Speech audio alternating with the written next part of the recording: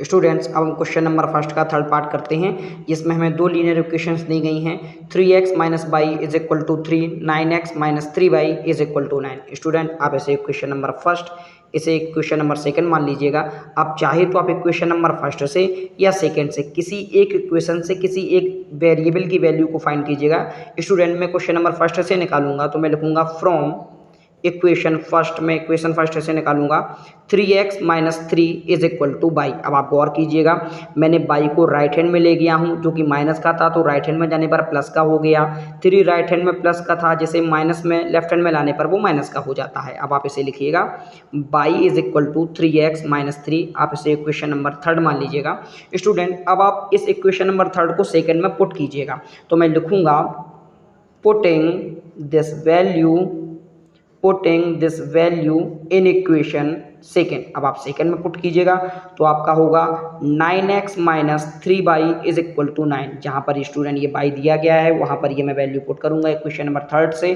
तो आप पुट कीजिएगा 9x माइनस 3, आप लिखिएगा 3x minus 3 is equal to 9। अब आप मल्टीपल कीजिएगा 9x माइनस के 3 का प्लस के 3x में जब आप मल्टीपल करते हैं आपका माइनस का 9x आता है, माइनस के 3 का माइनस के 3 में मल्टीपल कीजिएगा आपका प्लस का 9 आता है इज इक्वल टू 9। अब आप देखिए ये प्लस माइनस दोनों कट जाते हैं तो आपका आता है 9 इज इक्वल टू 9। अब आप स्टूडेंट गौर कीजिएगा, जब कभी आपकी किसी भी लीनियर इक्वेशन को सॉल्व करते वक्त इस प्रकार की कंडीशन आ जाए तो यहाँ पर स्टूडेंट एक इम्पॉर्टेंट फैक्ट होता है, आप इसे गौर कीजिएगा।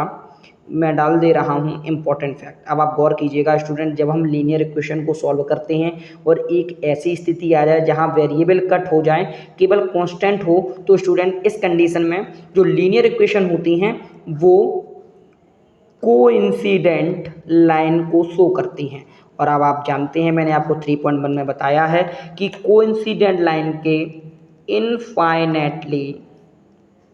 इनफाइनेटली मैनी सॉल्यूशन होते हैं। स्टूडेंट इस फैक्ट को आप जरूर याद रखना, बेहद ही इंपॉर्टेंट है कि जब कभी भी किसी भी लीनियर इक्वेशन को हम सॉल्व करते हैं और उसमें वेरिएबल्स टर्म खत्म हो जाती हैं, केवल कांस्टेंट टर्म इक्वल में फाइंड होती हैं, तो वो कोइंसिडेंट लाइन को शो करती हैं जिसके इनफाइनेटली मैनी सॉल्यूशन होते हैं। अब स्टूडेंट्स अब हम क्वेश्चन नंबर फर्स्ट का फोर्थ पार्ट करते हैं, जिसमें हमें दो इक्वेशन दी गई हैं 0.2x plus 0.3y is equal to 1.3। Second equation है 0.4x plus 0.5y is equal to 2.3। Student अब आप गौर कीजिएगा, चाहे आपकी इक्वेशन फर्स्ट हो या सेकेंड हो, इसमें पॉइंट के बाद सिर्फ एक डिजिट है। यहाँ पर 2 है, 0.3 है, यहाँ पर भी 3 है, यहाँ 4, यहाँ 5 और यहाँ 3 है। यानी कि आप चाहे इक्वेशन फर्स्ट को देखिए चाहे इक्वेशन सेकंड को देखिए, दोनों में पॉइंट के बाद सिर्फ एक डिजिट है। जब स्टूडेंट पॉइंट के बाद जितनी भी डिजिट अगर सेम होती हैं तो उतने ही का हम मल्टीपल कर देते हैं 1 के आगे 0 में। अगर 1 है तो 10 का, अगर 2 हो तो 100 का। तो आप गौर से देखिएगा, तो मैं लिखूंगा ऑन मल्टीप्लाइंग 10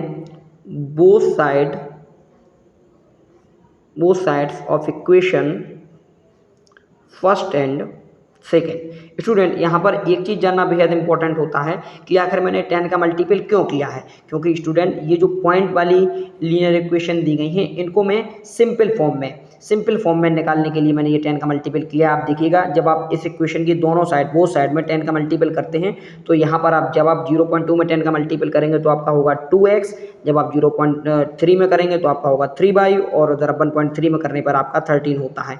अब आप सेकेंड में कीजिएगा तो आपका होगा 4x plus 5y is equal to 23। Student अब आप इसे इक्वेशन नंबर थर्ड और उसे इक्वेशन नंबर फोर्थ मान लीजिए, चाहे आप थर्ड से या इक्वेशन नंबर फोर्थ से किसी भी एक इक्वेशन से आप किसी एक वेरिएबल की वैल्यू को फाइंड करते हैं। तो स्टूडेंट मैं सबसे पहले करूंगा इक्वेशन नंबर थर्ड से, मैं लिखूंगा फ्रॉम इक्वेशन थर्ड। अब आप थर्ड से देखिएगा एक वैल्यू आप निकालिएगा, तो मैं निकालूंगा 2x इज इक्वल टू 13। अब आप 3y को राइट में भेजिएगा, इधर प्लस का है उधर जाने पर ये माइनस का हो जाएगा। अब आप 2 का डिवाइड कर दीजिएगा तो x is equal to 13 minus 3y upon 2। अब आप ये इक्वेशन आपकी निकाली है आपने इक्वेशन नंबर थर्ड से। अब आप इसे पुट कीजिएगा इक्वेशन नंबर फोर्थ में, तो आप इसे भी इक्वेशन नंबर फिफ्थ डाल दीजिएगा स्टूडेंट। अब हम लिखेंगे putting this value in equation fourth. अब आप फोर्थ में स्टूडेंट इसे पुट कीजिएगा, तो जहाँ पर x लिखा है तो 4 इंटू एक्स की प्लेस पर होगा 13 माइनस 3/2 प्लस यहाँ से 5 इज इक्वल टू 23। अब आप इसे सॉल्व कीजिएगा स्टूडेंट, 2 2 जा 4 होगा, 2 का अंदर मल्टीपल कीजिएगा, 13 का 2 में कीजिएगा आपका 26 आएगा, फिर 2 का माइनस के 3 में कीजिएगा तो माइनस का 6 प्लस 5 इज इक्वल टू 23।